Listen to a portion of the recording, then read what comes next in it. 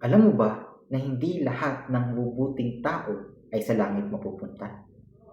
At hindi rin po lahat ng masasamang tao ay sa impyerno mapupunta. Bakit?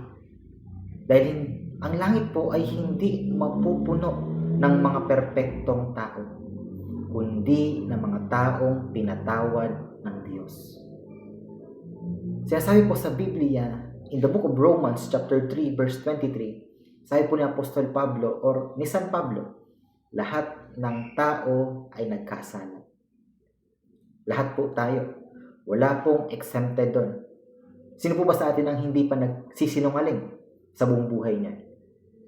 Di po ba lahat tayo ay guilty? At sapat po ang isang kasalanan ito para tayo po ay dalahin sa impyerno. Ito po ang katotohanan mga kaibigan, mga kapatid. Kahit tayo pa man po ang pinakamabuting tao sa mata at sa standard ng mga tao sa mundong ito o non-standard nating mga tao, kahit sabihin po natin na isang beses lamang po tayong nagkasala o mas hamak na mas marami ang nagawa nating mabubuting bagay at kakaunti lamang ang nagawa nating kasalanan, kung wala po si Jesus sa ating mga buhay, kung tayo po ay mamamatay na hindi napatawad ang ating mga kasalanan, sa impyerno pa rin po tayo mapupunta. Nakakalungkot po ito at marahil nakakatakot na mapakinggan. Pero yan po ang katotohanan na kailangan nating malaman. At gaya rin po ng sinasabi ng Biblia sa book of John chapter 8 verse 32, we will know the truth and the truth will set us free. Makikilala ninyo ang katotohanan at ang katotohanan ang magpapalaya sa inyo. Kahit napakahalagang malaman po natin ang katotohanan ito, dahil ito po ang magpapalaya sa atin, at ang katotohanan pong ito na magpapalaya sa atin ay walang iba kundi ang ating pong Panginoong Hesukristo.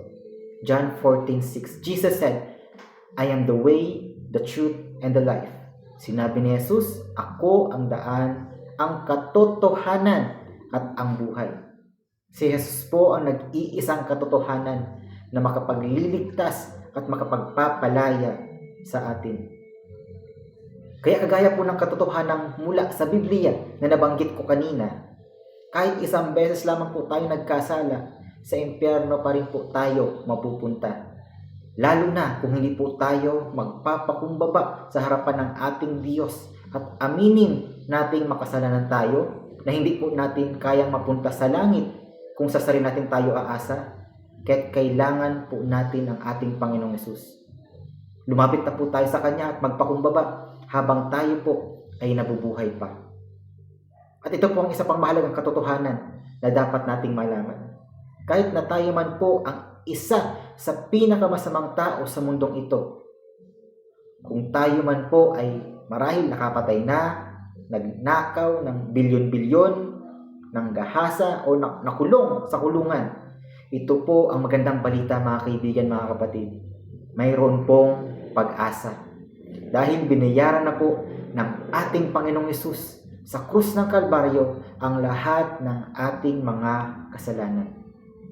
Kinakailangan na lamang po natin itong paniwalaan at panampalatayanan, dahil sapat po ang biyaya ng ating Diyos para tayo ay iligtas at baguhin ang ating mga buhay sa paraang kalugod-lugod sa harapan ng ating Panginoon.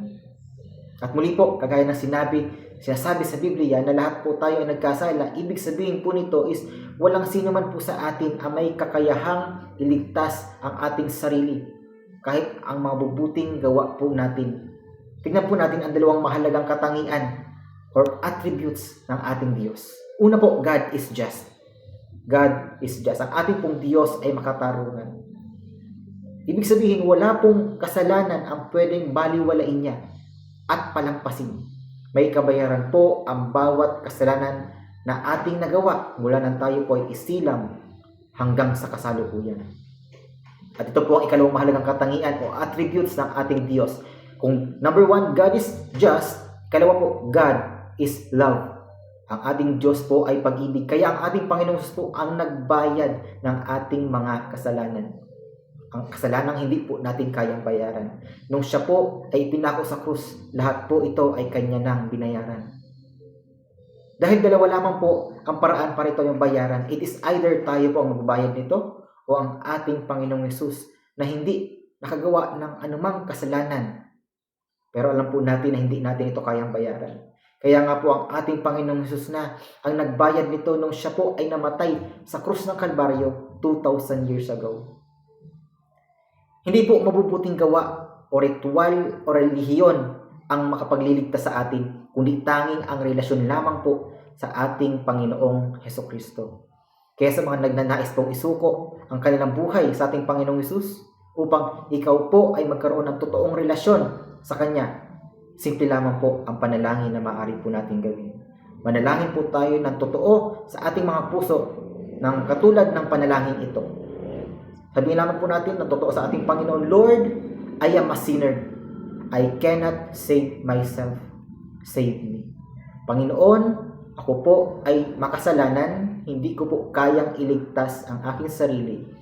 Iligtas mo po ako. Pagpalain po tayong lahat ng ating Panginoon. Don't follow me, follow Jesus. Jesus loves you.